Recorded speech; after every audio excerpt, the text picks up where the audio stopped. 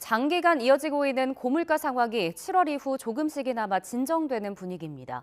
하지만 세부 내용을 보면 여전히 불안한 부분이 적지 않아 높은 물가 상승률 자체는 최소한 내년까지 이어질 것으로 보입니다. 최근 이런 뉴스는 어디서나 심심치 않게 접할 수 있습니다. 일명 기사만 훑어봐도 생산자 가격이 갑자기 치솟았으며 물가 상승률 또한 역대 최악의 수준이라는 점을 분명히 알 수 있습니다. 이런 때 우리의 돈은 어디로 가야 할까요? 주식, 가치는 상승하지만 항상 성장하지 않는 자산. 주식은 오랫동안 인플레이션 해지 수단으로 평가되었습니다. 사실일까요? 답은 어느 정도 그렇다입니다. 이는 인플레이션이 경기 호황 속에서 시작되어서 그렇습니다. 일부 업종의 대기업들은 정부가 돈을 열심히 뿌린 덕에 이득을 봅니다. 사람들은 인상된 임금을 지출하고 기업들은 매출이 증가하여 돈을 긁어 모읍니다. 통화 가치가 하락하면 장기 부채의 부담이 줄어듭니다. 이렇게 비합리적으로 과열된 환경에서 주가가 끝이 보이지 않게 상승하는 것처럼 보일 수 있습니다. 하지만 때때로 이런 현상은 화폐 착각입니다. 쉽게 이야기하면 돈을 풀 때 주가가 많이 올라서 인플레이션을 해지한다고 생각할 수 있지만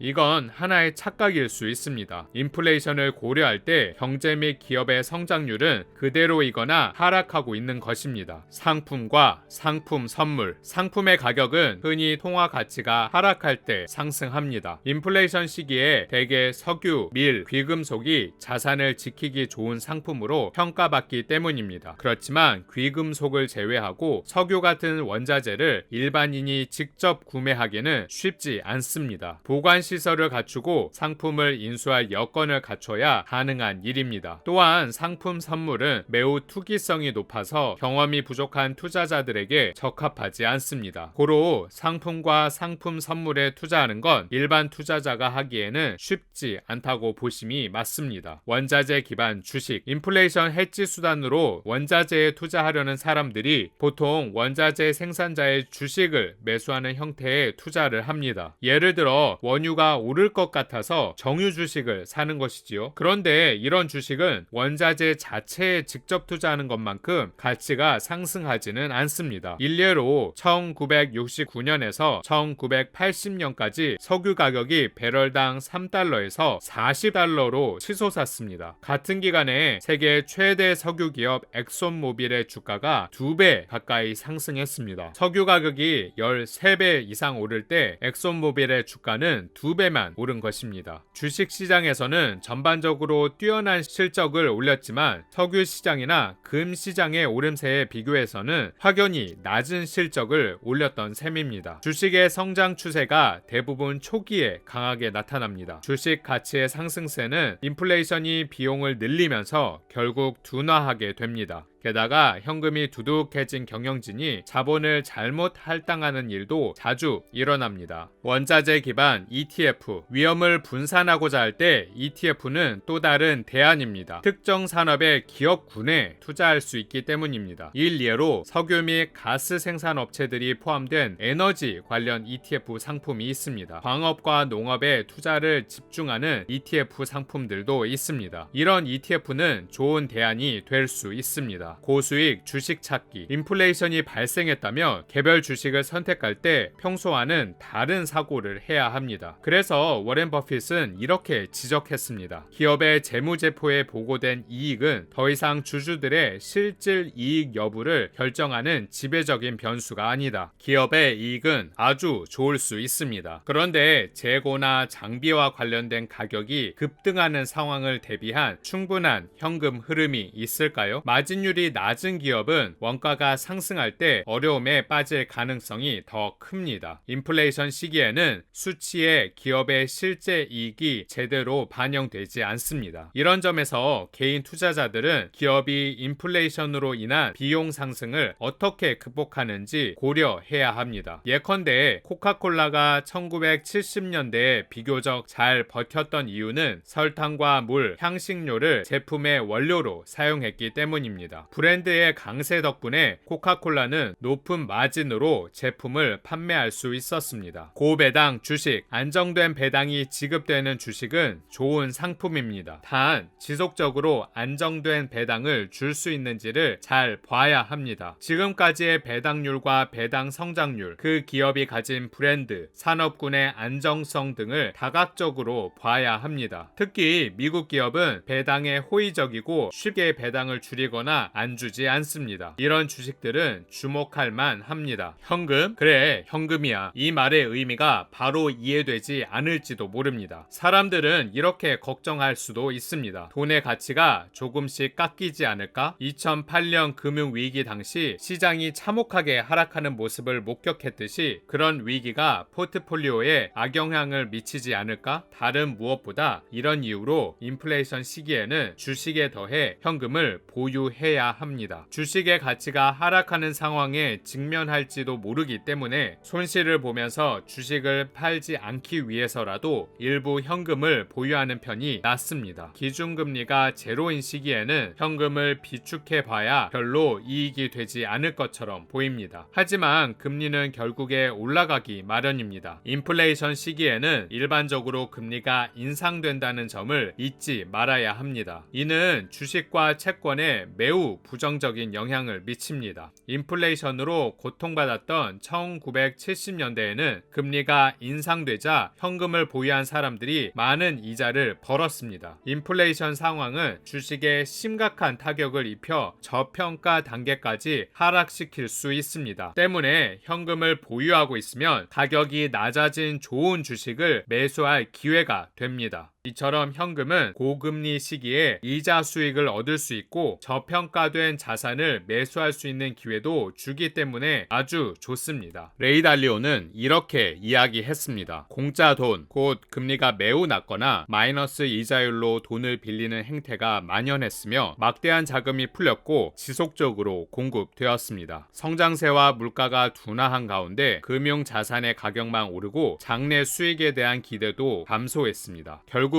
막대한 규모의 자금이 수익성이나 성장성이 담보되지 않은 기업에 흘러가게 됐으며 통화 완화 정책이 성장을 독려하지도 못했습니다. 쉽게 이야기해 돈은 엄청 풀렸지만 성장은 없고 주식의 가격만 엄청나게 올라간 것입니다. 지금 금리 인상을 하면서 그 후폭풍이 시장과 세계 경제에 엄청난 충격을 주고 있습니다. 동시에 풀려진 돈으로 초인플레이션이 나타나고 있습니다. 이처럼 공격적인 지출에 연방준비제도의 화폐 발행이 더해져 시중에 막대한 돈이 풀렸습니다. 2019년에서 2021년 중반까지 통화량은 20조 달러라는 엄청난 액수를 초과하여 35% 이상 폭증했습니다. 사실 과도한 돈 찍어내기가 위험한 인플레이션을 초래할 가능성이 있다는 경고음은 계속해서 울리고 있었습니다. 우리는 돈을 찍어내고 있습니다. 국채를 발행하고 전례 없는 규모로 돈을 빌리고 있습니다. 이런 정책들이 이전보다 급격한 달러 하락과 같은 더 많은 위험을 야기할 게 분명합니다. 그리고 급격한 달러 하락은 역사적으로 그랬던 것처럼 인플레이션으로 전환될 가능성이 훨씬 더 높습니다. 스태그플레이션이라는 말도 다시 등장했습니다. 일부 관측자들은 심지어 하이퍼 인플레이션의 망령을 불러냅니다. 이는 1920년대 초 바이마르 독일을 황폐화한 역사적 위기, 또 오늘날 베네수엘라 같은 국가들을 허물어지게 만든 대혼란에 맞먹는 것입니다. 그러나 연방준비제도의 관료들은 처음에 그런 경고들을 무시했습니다. 그들은 물가 상승이 일시적인 현상일 뿐이라고 주장했습니다. 그러다 연말이 다가오자 태도가 바뀌기 시작했습니다. 물가 상승률이 6%를 웃돌자 연방준비제도 이사회 의장 제롬 파월이 일시적이라는 단어를 버릴 때가 되었음을 인정했습니다. 정리해보면 인플레이션 시대에는 원자재 기반 ETF, 고배당 주식, 그리고 현금이 가장 좋은 대안이 됩니다. 이 세 가지에 집중하셔서 투자를 고려해보시면 이 어려운 시기를 잘 이겨낼 수 있을 거라고 믿습니다. 북엘스에서는 부자의 생각, 부자의 습관, 주식, 부동산, 재테크와 관련된 책의 핵심에 저의 경험을 녹여서 나누고 있습니다. 구독과 좋아요, 그리고 따뜻한 공유를 통해서 모두가 부자가 되시길 바랍니다.